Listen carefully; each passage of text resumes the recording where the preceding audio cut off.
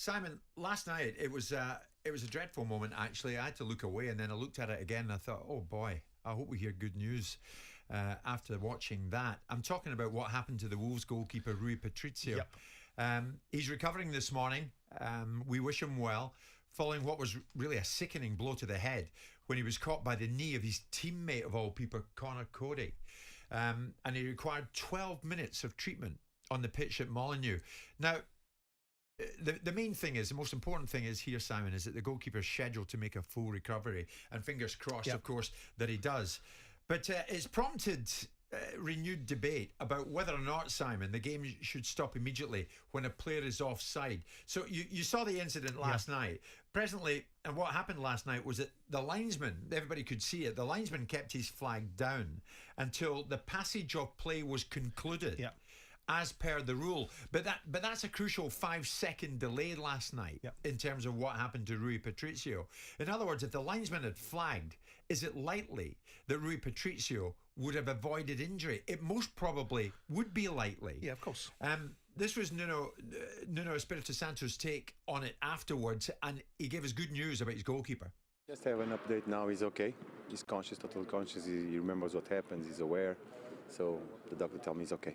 All these situations, when he's a concussion in the head, gets all of us worried. But he's okay. He's okay. So he's going to recover. So everything's okay. So that's the good news, if there is good news coming out of this. But Simon, as I said there, the linesman kept his flag down until the passage of play was concluded, as per the rule. So was this rule, Simon, really always going to be in itself an accident waiting to happen? And should there be a law change today, as soon as today? Well, was this rule? Yes, because with the benefit of hindsight, if someone is proven to be offside, then of course the law is an S, right? But we've spent an inordinate amount of time with managers screaming after games about people being onside when a linesman has flagged them offside, and goal chances have been denied. And you've got a situation where, in exceptional circumstances, I read Martin Samuel's article about the need. This was an inevitability, right? And we must remember that these sort of instances are statistically very, very low. We talked about the dangerous nature of the game, and statistically, we talk about these sort of circumstances with particular goalkeepers being Peter Cech and Hugo Lloris and Patricio are very, very rare instances, and it's an unfortunate set of circumstances. But we've got to decide what we want here. VAR was brought in to assist referees, not to run the game.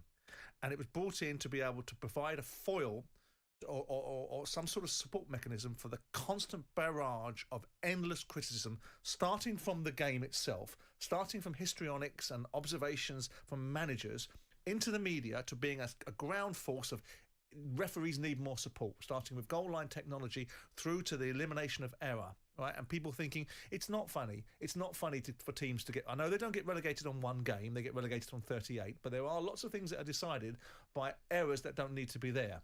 And the embracing of technology on every other sport has found its level because of the nature of the way that football operates, because it's dissentful, because it has a lot to say for itself, and because also it wants to fly in the face of things. Embracing technology in football is like an ocean liner. It turns very slowly. It doesn't react to things. And then when it does, it goes full tilt and gets it wrong at times. So we've got a situation now where VAR protocols are determining what officials are doing on the pitch, which is a linesman's now being told, you can't flag a situation in this instance until the passage of play is played out, because VAR's going to determine that. And that is backside about face. That's not what VAR was brought in. I was going to use a different word there, Luke, before you got all panicky. But that is not what VAR was brought in for. That was not the principle. The principle was to aid and abet, not control the flow of the game.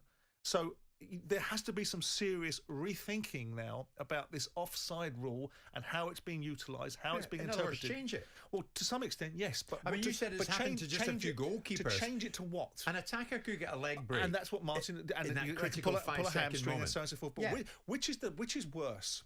This barrage of the linesman's incompetent. He's flagged when he shouldn't. We had a goal-scoring opportunity, which has driven this for VAR to be so prevalent, or the oversimplification of it. So we could get an injury. Which is the lesser of two evils? denying a legitimate goal-scoring opportunity because a linesman was a bit previous and was flagging down planes rather than concentrating on what's actually going on, or the reality of exceptional outcomes every now and again disproving the concept. We all know that VAR is clunky. We all know that it's not where it needs to be.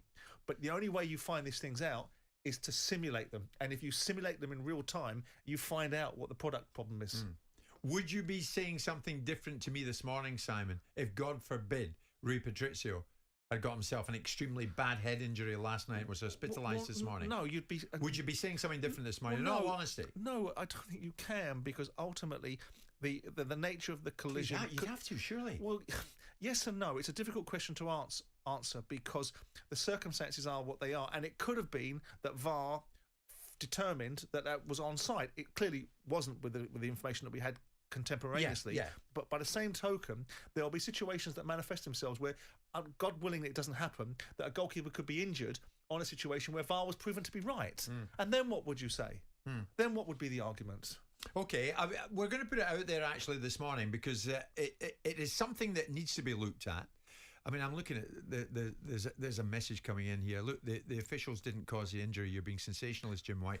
No, we're not. But there's also an argument, isn't there, about the nature of how the rules are being deployed and who's deploying them and how IFAB and Martin Samuel, again, who is very, very well informed at times, talks about the nature of who's making these decisions for IFAB and talks about more football people being involved. Well, with due respect, we've seen football people get involved in authoritative decisions. We saw Michel Platini at UEFA. How'd that work out? We've seen Gordon Taylor at PFA. How's that worked out in people's eyes? Now, so I've got you. You've got to get sensible people, and they've got sensible people involved, like Figo, Wenger. And Marco van Basten some time ago was talking about scrapping the entire offside rule. Is that sensible? That's a football person involved with it. Yeah. No. Okay, well, let's look at this because, we've seen what happened last night and we know the chronological order that led to it. He kept his flag down until the passage of play was concluded, as per the rule. But if the linesman had flagged, is it likely Patricio would have avoided injury?